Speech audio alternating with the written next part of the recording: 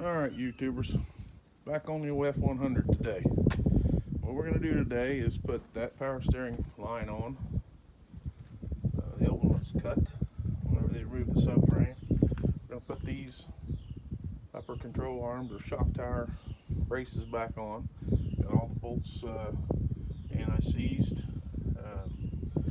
Got the U-joint up on the steering shaft and cut the shaft off here.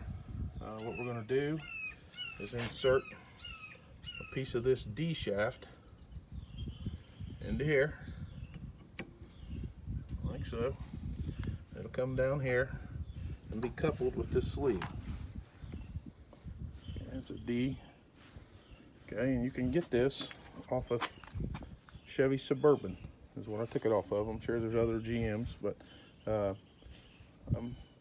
was going to drill this so I could plug weld it, but I don't really think it's necessary. If I can get that up in, pretty much half and half on each side and weld around the edges, I don't think you'll ever need to do anything other than that. So that's where we're at. See if we can get this done. I have to mark this and cut it off.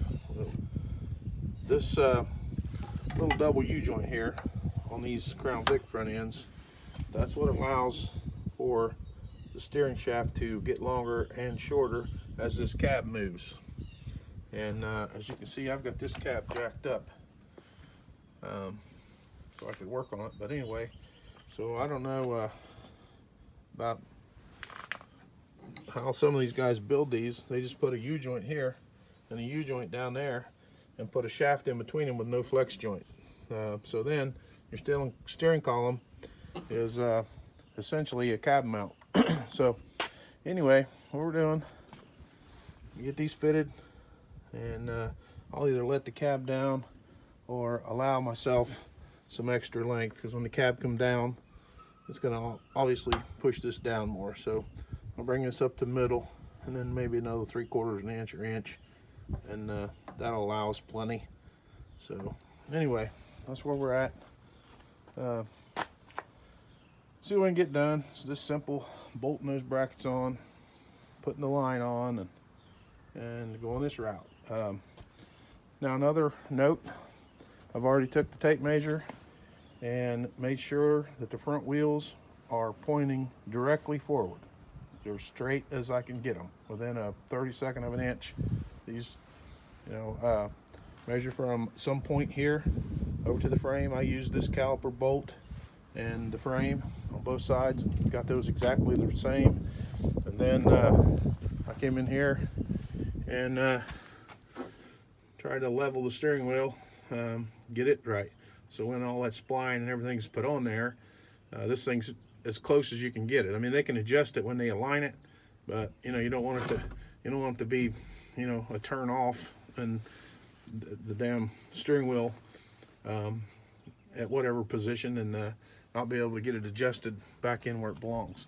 So that's something to keep in mind. I don't know that I've seen any of the guys on YouTube address that, but when you put that shaft back together, like I said, do yourself a favor, center your steering wheel, which is like that, and then go out there and straighten up the front end, and then make your shaft adjustments or whatever you want to call it, and mount it that way. That way the guy at the alignment shop, you'll either be right on the money or he'll have to do very little adjustment, and that's what you want. So all right, we'll get that stuff done. And while it's decent out here today, it's not warm, but it is sunny. It's in the 40s and the wind's not blowing, so they're gonna come out here and get a little something done. While I had time. So I think that's it. If we can get that accomplished this afternoon, that'll be a step in the right direction. So I got to clean this up. I did cut part of that off, as you can see. I'll go ahead and get this dressed up, cut that D shaft to length, and we'll go ahead and get these braces bolted in, change the power steering line, and the next step, basically, once this is done, is getting the engine ready to go back in it. And I don't want to be down here fooling around and here fooling around with the engine in it. So This truck may have headers on it. I think we're going to try and put headers on it if everything will clear. So don't want a whole bunch of stuff to work around. So, all right, I'll go ahead and get to work, and I'll video the. Bring you back when we get this this much done and see how it turns out.